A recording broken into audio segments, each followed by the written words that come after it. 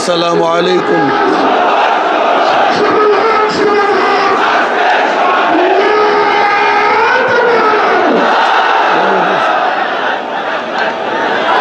আট দলীয় কর্তৃক আয়োজিত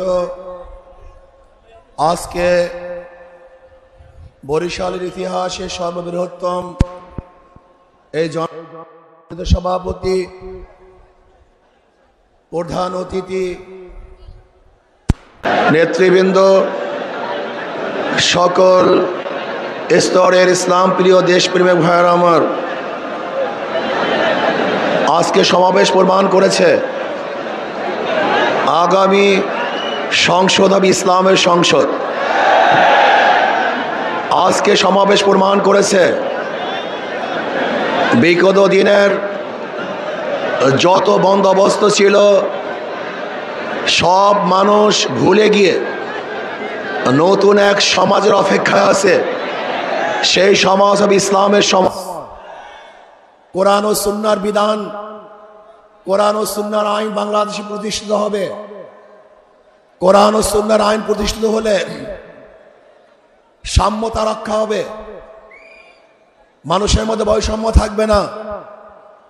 বাংলাদেশের একজন মানুষও ক্ষুধার্তহীন থাকবে না, বাংলাদেশের মানুষ বস্ত্রহীন থাকবে না, আমার বাংলাদেশের কোনো মানুষ গৃহহীন থাকবে না। যদি ইসলামী হুকুমত হয়, একজন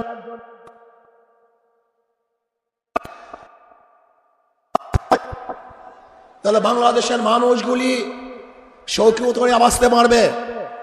এই ভূখণ্ডের দিকে কেউ আঙ্গুল তুলে তাকাতে পারবে না। যদি ইসলামী হুকুমত হয়, বাংলাদেশের একটা টাকা বিদেশে পাচার হবে না। যদি ইসলামী হুকুমত হয়, কোন জালেম বাংলাদেশে জুলুম করতে পারবে না। হুকুমত হয়, দেশের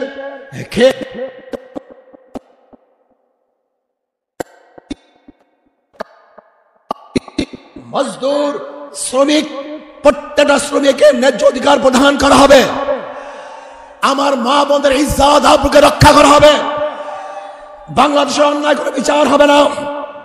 সমস্ত বিচারালয়গুলি স্বাধীনভাবে বিচার করবে। বাংলাদেশে কেউ খাবে কেউ খাবে না, তা হবে না, তা হবে না। ইসলামী হুকুমত হয়, কেউ 10 তলায় আর কেউ নিচ তলায় হবে না। কাউ দস্তারখানে হাজার রকমের খাদ্য থাকবে, আর কেউ না খেয়ে ধুকে ধুকে মারা যাবে। এক মুঠা খাদ্যের জন্য ওই ডাস্টবিনের কাক কুকুরের সাথে লড়াই করবে। এই দৃশ্য বাংলাদেশের মানুষের দেখবে না ইনশাআল্লাহ। ইসলামী হুকুমত হয়, আজকে ক্ষুধার তাড়নায় তার বাচ্চাদেরকে মা এবং বাবা বিক্রি করবে না। যে ইসলামী হুকুমত হয়, তাহলে ক্ষুধার তাড়নায় সমস্ত বংশের সমস্ত পরিবারের লোকগুলি একত্রিত হয়ে আর কোনদিন আত্মহত্যা করবে না।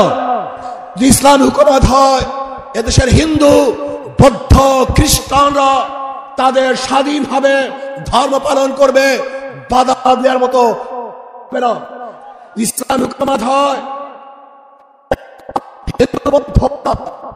ব্যবসা প্রতিষ্ঠানগুলি নির্বিঘ্নে ব্যবসা করবে। সেখানে গিয়ে চাঁদা তোলার সাহসকেও দেখাতে পারবে না। সুন্দরী নিয়ে কেউ দৃষ্টিতে তাকাতে পারবে না। যদি ইসলাম হয়, তাহলে কেউ চাকরি পাবে আর কেউ চাকরি পাবে না। এই বৈষম্য আর থাকবে না, সবাই সম হয়ে যাবে, সমান হয়ে যাবে। ইসলাম হয়, কে আওয়ামী লীগ, কে বিএনপি, কে জাতীয় পার্টি, কেউ জাসদ, বাসদ, দেখার বিষয় নয়। যারা অন্যায় করবে না, তারা বাংলাদেশের প্রত্যেকটা জায়গায় নির্বিঘ্নে হাঁটতে পারবে, বুক উঁচা করে হাঁটতে পারবে। আর যারা আমার দলের তাকে জেলখানায় ঢুকে ঢুকে পড়তে হবে। যদি ইসলামী হুকুমত হয়, তাহলে কি হবে? কাঁদবো, সবাই সমৃদ্ধ হবে, একই সাথে কাঁদবো, হাসবো, সবাই একই সাথে হাঁটবো, খাবো, একই সাথে খাবো, বস্ত্র পরিধান করবো, সবাই একই সাথে বস্ত্র পরিধান করবো, থাকবো তো সবাই একই সাথে বসবাস করবে ইনশাআল্লাহ। ইসলাম হুকুমত হয়, আমি সেই দিনের অপেক্ষা আছি যেই দিন দেখবো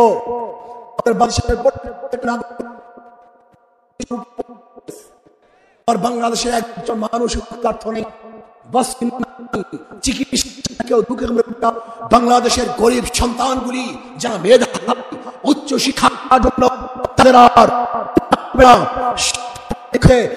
উচ্চ শিক্ষা দেওয়ার ব্যবস্থা সরকার করবে ইনশাআল্লাহ। আমরা কি দেখতে চাই? আমরা সমাজ দেখতে চাই যে সমাজের মধ্যে থাকবে সাম্য, মানবিক মর্যাদা, সামাজিক ন্যায় বিচার। আজকে বাংলাদেশের বিচার ব্যবস্থা বলতে কিচ্ছু নাই। আপনারা দেখেছেন আমাদের দেশের ল, আমাদের দেশের আইন, কেউ যদি আসামি হয় এবং সাজাপ্রাপ্ত হয় তাকে কোর্টে হাজির হয়ে তারপরে জামিন মঞ্জুর করাতে হয়। কিন্তু আমরা কি দেখেছি, বিদেশে থাকা অবস্থায়ও কোর্ট তাকে জামিন দিয়ে দিয়েছে। এরকম আইন বাংলাদেশের আছে বলে আমার জানা নেই। তার মানে বিচার বলতে আমাদের বাংলাদেশে কিছুই নেই। আজকে এই সমাবেশ দেখে একমাত্র জালেমরাই এবং চাঁদাবাজরাই তারা বেজার হতে পারে, কিন্তু যারা বাংলাদেশে উন্নয়ন চায়, উন্নতি চায়, তাদের আজকে খুশির আর শেষ সীমা নাই। তারা খুশিতে বাগবাগ হয়ে আছে। আসুন আমরা ইসলামী দল করি, ইসলামী সংগঠন করি, মিথ্যা বলবো না, ধোঁকাবাজি করবো না। আমাদের চরিত্র আখলাককে মজবুত করতে হবে। নবী আলাইহিস সালাতু ওয়াস সালামের ব্যাপারে আল্লাহ পাক বলেছেন, ইন্নাকা লাআলা খুলুকিন আযীম।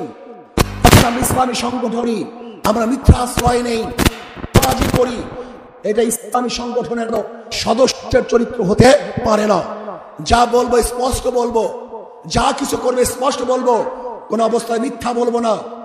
আমরা মিথ্যা বলি তাহলে আমাদের উপরে মানুষ আস্থা হারিয়ে ফেলবে, আমাদের কথা মানুষ বিশ্বাস করবে না। আসুন আগামী নির্বাচনে ঐক্যবদ্ধভাবে নির্বাচন করবে ইনশাআল্লাহ। আমি আগেই বলে দিয়েছিলাম মুনাফিকি না করি, আমাদের কলিজা, আমাদের কলব যদি ঠিক থাকে আগামী ইসলাম হুকুমত হবেই হবে ইনশাআল্লাহ।